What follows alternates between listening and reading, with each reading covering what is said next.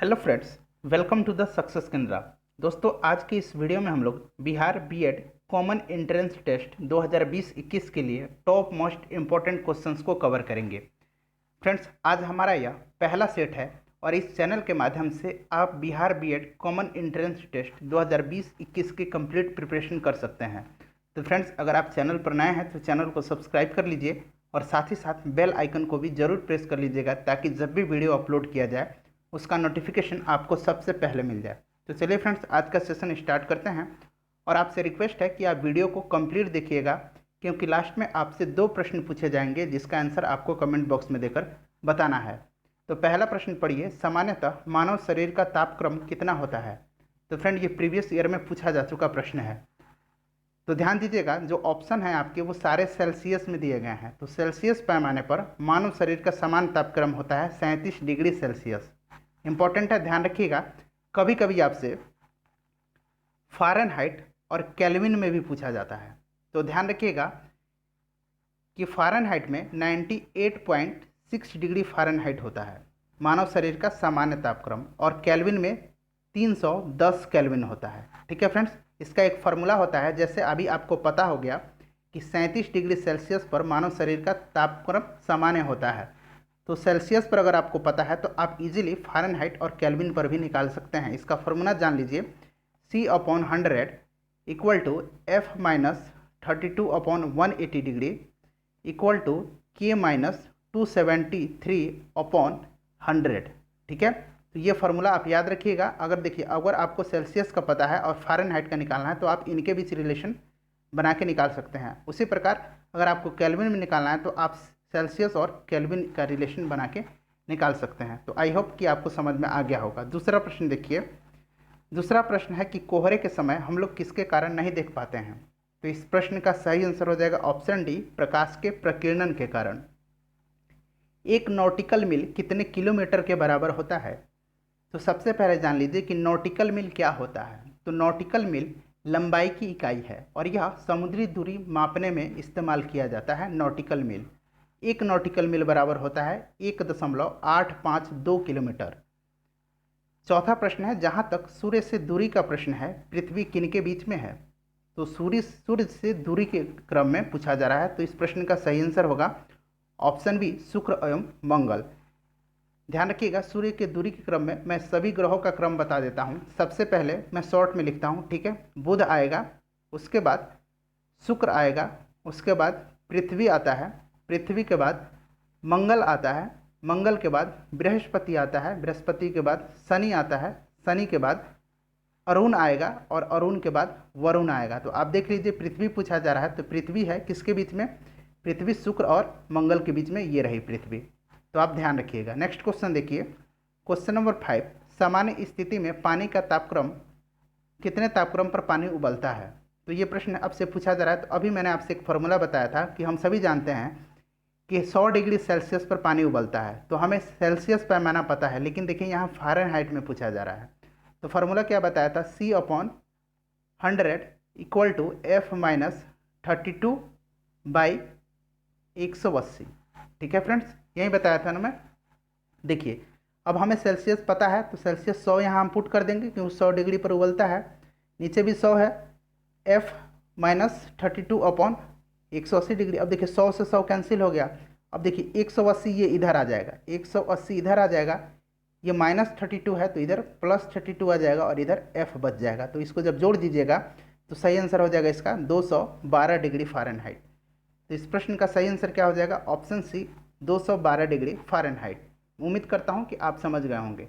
छठा प्रश्न देखिए, भारत के संविधान सभा के प्रथम अस्थायी अध्यक्ष कौन थे? तो ध्यान दीजिएगा, सबसे पहले प्रश्न को आप ध्यान से पढ़ना सीखिए। अस्थायी सदस्य पूछा जा रहा है। तो देखिए, संविधान सभा की जो पहली बैठक हुई थी वो 9 दिसंबर 1946 को हुई थी, ठीक है। और इसमें सबसे बुजुर्ग जो सदस्य थे डॉक्टर सच्चिदानंद सिन्हा, उनको अस्थायी अध्यक्ष चुना गया था, ठीक है। अस्थायी अध्यक्ष डॉक्टर राजेंद्र प्रसाद को चुना गया 11 दिसंबर 1946 को। तो सही आंसर क्या हो जाएगा इसका? डॉक्टर राजेंद्र प्रसाद को संविधान के प्रथम अस्थायी अध्यक्ष चुना गया। 7वां प्रश्न देखिए, 1 गैलन कितने लीटर के बराबर होता है। इंपॉर्टेंट क्वेश्चन है, ये भी प्रश्न प्रीवियस ईयर में पूछा गया था। तो 1 गैलन जो होता है यह 3.785 लीटर के बराबर होता है। 8 नंबर है, 2 गैमीट के विलय में एक कोशिकीय संरचना का निर्माण होता है, उसे क्या कहते हैं। तो 2 गैमीट के विलय से एक कोशिकीय संरचना का जो निर्माण होता है उसको हम जाइगोट कहते हैं। नेक्स्ट क्वेश्चन देखिए, क्वेश्चन नंबर 9, संयुक्त राज्य अमेरिका के प्रथम राष्ट्रपति कौन थे। तो संयुक्त राज्य अमेरिका के प्रथम जो राष्ट्रपति थे वो थे जॉर्ज वाशिंगटन। और जॉर्ज वाशिंगटन जो थे, इनका कार्यकाल जो था कब शुरू हुआ था, तो 1789 ईस्वी में ये पहले राष्ट्रपति बने थे अमेरिका का। तो सही आंसर हो जाएगा इसका option B, George Washington. Next question देखिएगा, क्वेश्चन नंबर 10, भारत की आज़ादी के समय इंग्लैंड के प्रधानमंत्री कौन थे। तो भारत की आज़ादी के समय इंग्लैंड के प्रधानमंत्री थे क्लीमेंट एटली। कन्फ्यूज़न मत रखिएगा, विंस्टन चर्चिल बहुत लोग लगा के आ जाते हैं, लेकिन सही आंसर होगा क्लीमेंट एटली। 11 नंबर है, विश्व पर्यावरण दिवस 2020 की थीम क्या थी। तो सबसे पहले जान लीजिए कि विश्व पर्यावरण दिवस कब मनाया जाता है। तो प्रतिवर्ष 5 जून को विश्व पर्यावरण दिवस मनाया जाता है और इस वर्ष इसकी थीम थी टाइम फॉर नेचर। 2018 की थीम थी बीट एयर पोल्यूशन, माफ कीजिएगा 2019 की थीम थी बीट एयर पोल्यूशन और 2018 की थीम थी बीट प्लास्टिक पोल्यूशन। ठीक है, तो सही आंसर क्या हो जाएगा इसका, option A, time for nature. Next question देखिए, क्वेश्चन नंबर 12, नवनिर्मित केंद्र शासित प्रदेश लद्दाख की राजधानी कहाँ है। तो आप सभी जानते हैं कि हाल ही में जम्मू कश्मीर को राज्य का दर्जा ले लिया गया है उससे वापस, और उसको तोड़ करके 2 केंद्र शासित प्रदेश जम्मू कश्मीर और लद्दाख बनाया गया है। लद्दाख की राजधानी है लेह और लद्दाख के प्रथम उपराज्यपाल हैं RK माथुर। याद रखिएगा कौन है, RK माथुर यानी राधा कृष्ण माथुर पहले उपराज्यपाल हैं, इसीलिए इंपॉर्टेंट है। उसी प्रकार जम्मू कश्मीर के पहले उपराज्यपाल गिरीश चंद्र मुर्मू हैं। कौन है, गिरीश चंद्र मुर्मू, याद रखिएगा। और अगर पूछा जाए कि जम्मू कश्मीर जब राज्य था तो उसके आखिरी राज्यपाल कौन थे, तो ये थे सत्यपाल मलिक। ठीक है फ्रेंड, नेक्स्ट क्वेश्चन देखिए। नेक्स्ट क्वेश्चन है 13 नंबर कि किस प्राचीन शासक को भारत का मुक्तिदाता कहा जाता है।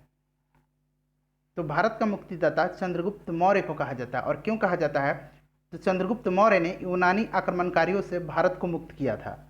चंद्रगुप्त मौर्य जो था ये मौर्य वंश का संस्थापक था। याद रखिएगा कौन था, ये मौर्य वंश का संस्थापक था। और इसी ने चाणक्य के साथ मिलके नंद वंश के आखिरी शासक धनानंद को पराजित किया था। ठीक है, और मगध पर मौर्य वंश की नींव रखी थी। नेक्स्ट क्वेश्चन देखिएगा 14 नंबर, विश्व आर्द्र भूमि दिवस किस दिन को मनाया जाता है। तो इंपॉर्टेंट क्वेश्चन है। तो विश्व आर्द्र भूमि दिवस यानी वर्ल्ड वेटलैंड डे ये मनाया जाता है 2 फरवरी को। और इस वर्ष यानी 2020 में इसकी थीम क्या रही थी, तो याद रखिएगा आर्द्र भूमि और जैव विविधता यानी wetlands and biodiversity. Next question देखिए, भारत का राष्ट्रीय जलीय जंतु गंगेय डॉल्फिन को कब राष्ट्रीय जलीय जंतु के रूप में मान्यता प्रदान की गई। तो ये कब मान्यता प्रदान की गई, 5 अक्टूबर 2019 को, माफ कीजिएगा 2009 को। 5 अक्टूबर 2009 को प्रधानमंत्री मनमोहन सिंह की अध्यक्षता में हुई गंगा नदी घाटी प्राधिकरण की एक बैठक में बिहार के मुख्यमंत्री नीतीश कुमार के सुझाव पर विलुप्त हो रही गंगा डॉल्फिन को राष्ट्रीय जलीय जंतु घोषित किया गया। नेक्स्ट क्वेश्चन देखिए, क्वेश्चन नंबर 16 है कि लोकसभा के अध्यक्ष को कौन चुनता है। तो देखिए लोकसभा के अध्यक्ष को लोकसभा के सदस्य ही चुनते हैं। ध्यान दीजिएगा, संविधान के अनुच्छेद 93 के अनुसार लोकसभा के जो सदस्य होते हैं अपने में से एक को अध्यक्ष और दूसरे को उपाध्यक्ष चुनते हैं। ठीक है, याद रखिएगा लोकसभा का जो अध्यक्ष है ये अपना त्यागपत्र उपाध्यक्ष को देता है और उपाध्यक्ष अपना त्यागपत्र अध्यक्ष को देता है। नेक्स्ट क्वेश्चन देख लीजिए। क्वेश्चन है कि भारत में किनके जन्म दिवस पर शिक्षा दिवस मनाया जाता है। तो सबसे पहले तो आप जान लीजिए कि शिक्षा दिवस मनाया कब जाता है। तो शिक्षा दिवस 11 नवंबर को मनाया जाता है। 11 नवंबर को मनाया जाता है और ये 2008 से प्रतिवर्ष 11 नवंबर को शिक्षा दिवस मनाया जाता है। स्वतंत्र भारत के पहले शिक्षा मंत्री रहे मौलाना अबुल कलाम आज़ाद के जन्म दिवस के अवसर पर मनाया जाता है। तो इस प्रश्न का सही आंसर क्या हो जाएगा, ऑप्शन बी, मौलाना अबुल कलाम आज़ाद। और ये स्वतंत्र भारत के पहले शिक्षा मंत्री भी रहे थे। 18 नंबर है कि दुनिया का सबसे बड़ा दूरबीन किस देश में है। इंपॉर्टेंट क्वेश्चन है। दुनिया का सबसे बड़ा जो दूरबीन है यह चीन में है और यह इसका जो परावर्तक है यह 30 फुटबॉल के मैदान के बराबर है। 19 नंबर है, 2020 रैंकिंग अनुसार कौन सा देश प्रेस स्वतंत्रता सूचकांक में प्रथम स्थान पर है, यानी वर्ल्ड प्रेस फ्रीडम इंडेक्स।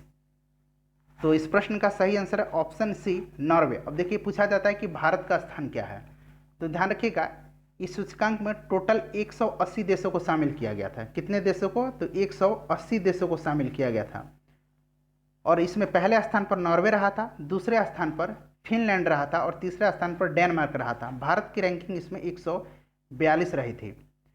और ये जो सूचकांक है कौन जारी करता है? प्रेस स्वतंत्रता सूचकांक। तो ये भी पूछा जाता है, तो याद रखिएगा रिपोर्टर्स विदाउट बॉर्डर। यहाँ मैं लिख देता हूँ रिपोर्टर्स विदाउट बॉर्डर्स। ठीक है फ्रेंड्स, ध्यान रखिएगा ये कौन जारी करता है?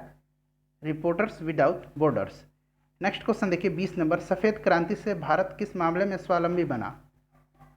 तो सफ़ेद क्रांति का संबंध किससे है? दुग्ध उत्पादन से है। तो ऑप्शन सी इसका सही आंसर है। और श्वेत क्रांति का जनक किसको माना जाता है? डॉक्टर वर्गीस कुरियन को। 21 नंबर देखिए, आचार्य चाणक्य एक गुरुकुल के शिक्षक थे जो खाली स्थान है में अवस्थित था। तो बताना है कि ये कहाँ अवस्थित था? तो ये तक्षशिला में अवस्थित था। सही आंसर है इसका ऑप्शन ए, तक्षशिला। ठीक है। क्वेश्चन नंबर 22 है कि भारत की खोज नामक पुस्तक के रचयिता कौन है? तो भारत की खोज नामक पुस्तक के लेखक हैं पंडित जवाहरलाल नेहरू। इंपॉर्टेंट क्वेश्चन है, ध्यान रखिएगा। 23 नंबर देखिए, मोंटेसरी का नाम किससे जुड़ा हुआ है? तो ये पूरा नाम इनका नाम है मारिया मोंटेसरी। याद रखिएगा इनका पूरा नाम क्या है? Maria Montessori. मारिया मोंटेसरी कहाँ की थी? इटली की थी। और इनका जो संबंध है वो प्री स्कूल शिक्षा से है। नेक्स्ट क्वेश्चन देखिए, नेक्स्ट क्वेश्चन है 24 नंबर, शिक्षा का अधिकार अधिनियम 2009 किस उम्र के बच्चों को मुफ्त एवं अनिवार्य शिक्षा का अधिकार देता है? तो सबसे पहले याद रखिएगा शिक्षा का अधिकार अधिनियम 2009 यह शिक्षा से संबंधित है, कम उम्र के बच्चों की। और ये इनकी आयु कितनी होनी चाहिए? 6 से लेकर के 14 वर्ष की उम्र तक की। इंपॉर्टेंट है, ध्यान रखिएगा। 25 नंबर है कि निम्नलिखित में से कौन सा भारत का तीसरा सबसे बड़ा नागरिक सम्मान है? तो सबसे बड़ा नागरिक सम्मान कौन सा है? भारत रत्न है। याद रखिएगा भारत रत्न सबसे बड़ा नागरिक सम्मान है। उसके बाद पद्म विभूषण आता है और तीसरे नंबर पर पद्म भूषण आता है, चौथे नंबर पर पद्मश्री आता है। ठीक है, तो मैं यहाँ का नंबरिंग भी कर देता हूँ 1, 2, 3 और ये पद्मश्री 4।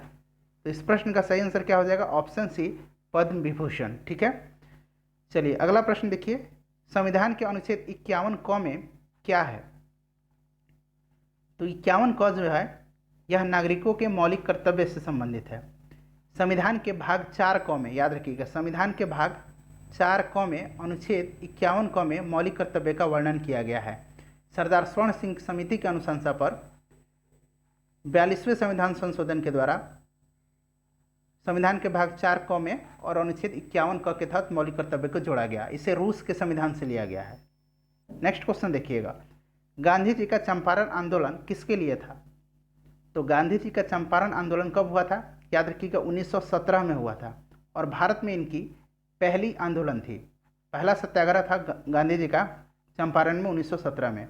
लेकिन पूछा जाता है कि गांधी जी ने अपना पहला सत्याग्रह कहाँ शुरू किया था? तो पहला सत्याग्रह अगर पूछा जाए तो पहला सत्याग्रह इन्होंने दक्षिण अफ्रीका में किया था, लेकिन भारत में पहला सत्याग्रह इन्होंने चंपारण में 1917 से शुरू किया और इसमें इन्होंने नीलहे मजदूरों की समस्या का समाधान किया था। और गांधी जी को चंपारण आने के लिए किसने निमंत्रित किया था? तो राजकुमार शुक्ल ने। याद रखिएगा किसने किया था? राजकुमार शुक्ल ने किया था। नेक्स्ट क्वेश्चन देखिएगा, सही आंसर हो जाएगा ऑप्शन डी, नीलहे मजदूरों की समस्या का समाधान। 28 नंबर है, विश्व बाल मजदूरी निषिद्ध दिवस कब मनाया जाता है? तो ये प्रतिवर्ष 12 जून को मनाया जाता है। इंपॉर्टेंट है, ध्यान रखिएगा प्रतिवर्ष 12 जून को मनाया जाता है। किसने कहा था कि निदेशक सिद्धांत भविष्य में विधि निर्माण का आधार होना चाहिए? तो ये कथन जो था ये डॉक्टर भीमराव अंबेडकर का था। 30 नंबर है, सर्व शिक्षा अभियान किस वर्ष चालू किया गया? इंपॉर्टेंट क्वेश्चन है, ध्यान रखिएगा। सर्व शिक्षा अभियान ये चालू किया गया सन 2002-1 में। इंपॉर्टेंट है, ध्यान रखिएगा कब चालू किया गया? 2002-1 में। और इसे बंद कब किया गया था? 2010 में। इसका उद्देश्य 6 से लेकर के 14 वर्ष तक के सभी बच्चों को उपयोगी तथा सार्थक शिक्षा प्रदान कराने के लिए बनाया गया था। ठीक है, नेक्स्ट क्वेश्चन देखिए, मूत्र का रंग पीला किसकी मौजूदगी के कारण होता है? तो मूत्र का रंग पीला जो होता है ये यूरोक्रोम के कारण होता है।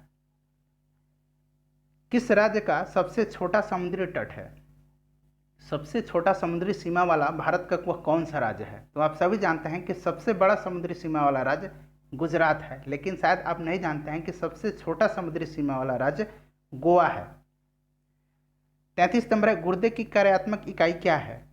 तो गुर्दे की कार्यात्मक इकाई जो है ये है नेफ्रॉन, यानी ऑप्शन डी इसका सही आंसर होगा। न्यूरॉन जो है ऑप्शन सी में आप देख रहे हैं न्यूरॉन, यह तंत्रिका तंत्र की इकाई है। 34 नंबर देखिए, मधुबनी चित्रकला का संबंध किस राज्य से है? तो मधुबनी चित्रकला का संबंध जो है ये बिहार राज्य से है। इंपॉर्टेंट है, ध्यान रखिएगा, बिहार राज्य से है। ऑप्शन ए इसका सही आंसर होगा। 35 नंबर है, मधुबनी चित्रकला के संबंध में कौन सा कथन सही है? तो यह एक लोक कला है, ये भी सही है। इसमें महिलाओं की ही पूर्ण भूमिका रही है, ये भी सही है। यह चित्रकला 2 प्रकार की होती है, भित्ति चित्र और अरिपन, तो ये भी सही है। तो ऑप्शन डी उपर्युक्त सभी इसके करेक्ट आंसर हो जाएंगे। 36 नंबर देखिए, बिहार के किस जिला में बिहुला त्यौहार को विशेष धूमधाम से मनाया जाता है? इंपॉर्टेंट क्वेश्चन है बिहुला त्यौहार। देखिए भारत के बिहार राज्य के जितने भी सांस्कृतिक जो त्यौहार हैं उनको जरूर पूछा जाएगा। तो ये मनाया जाता है भागलपुर में। 37 नंबर देखिए, प्रथम संविधान संशोधन के द्वारा कौन सी अनुसूची जोड़ी गई थी? इंपॉर्टेंट क्वेश्चन है। तो प्रथम संविधान संशोधन सबसे पहले जान लीजिए, ये 1951 में हुआ था। पहला संविधान संशोधन 1951 में हुआ था और इसके तहत संविधान में 9वीं अनुसूची जोड़ी गई थी। याद रखिएगा 9वीं अनुसूची में क्या है? तो 9वीं अनुसूची में है राज्यों द्वारा संपत्ति के अधिग्रहण की विधियों का उल्लेख।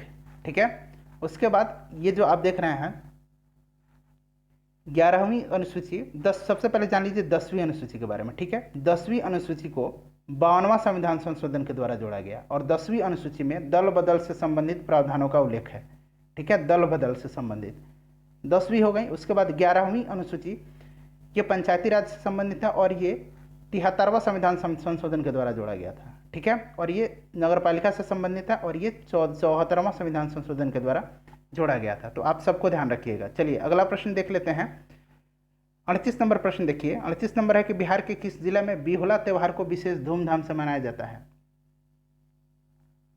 तो बिहुला त्यौहार मनाया जाता है भागलपुर में। नेक्स्ट क्वेश्चन देख लीजिए, संविधान के किस अनुच्छेद के तहत अस्पृश्यता का उन्मूलन किया गया है? काफी इंपॉर्टेंट क्वेश्चन है। तो इसका सही आंसर ऑप्शन बी अनुच्छेद 17 के तहत। ठीक है, अनुच्छेद 17 के तहत छुआछूत को अपराध घोषित किया गया। उसके बाद अनुच्छेद 18 जो देख रहे हैं इसमें उपाधियों का अंत किया गया है। जैसे बिना राष्ट्रपति की आज्ञा से कोई भी व्यक्ति दूसरे राज्य की, दूसरे देश की उपाधि नहीं धारण कर सकता है। इसी के तहत भारत रत्न, परमवीर चक्र इत्यादि जितने भी सम्मान हैं दिए जाते हैं अनुच्छेद 18 के तहत। नेक्स्ट क्वेश्चन देख लीजिए। नेक्स्ट क्वेश्चन भी इंपॉर्टेंट है, हिंदी को राजभाषा का दर्जा कब प्रदान किया गया? ये प्रश्न काफी इंपॉर्टेंट है। तो सही आंसर हो जाएगा इसका ऑप्शन ए 14 सितंबर 1949 को। 14 सितंबर 1949 को हिंदी को राजभाषा का दर्जा प्रदान किया गया। और याद रखिएगा विश्व हिंदी दिवस, वर्ल्ड हिंदी डे 10 जनवरी को मनाया जाता है